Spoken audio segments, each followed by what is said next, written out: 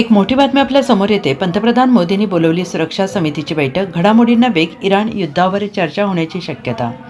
America, Israel आणि इराणमध्ये भीषण युद्ध सुरू आहे. शनिवारी इस्रायलने अचानक इराणवर हल्ला केला आणि युद्धाला सुरुवात झाली. इस्रायलच्या हल्ल्यानंतर अमेरिकेनं देखील इराणवर हल्ला केला. अमेरिकेनं काही दिवस आधीच या हल्ल्याची तयारी केली होती. अमेरिकेनं आपल्या 2 सर्वात शक्तिशाली युद्धनौका आधीच मध्य पूर्वेत तैनात केल्या होत्या.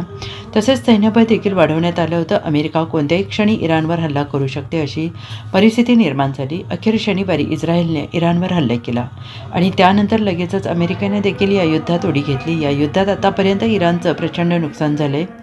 अनेक इमारती उद्ध्वस्त झालेल्या आहेत. तसेच सैन्यासोबतच काही सामान्य नागरिकांचा देखील या युद्धात मृत्यू झालाय.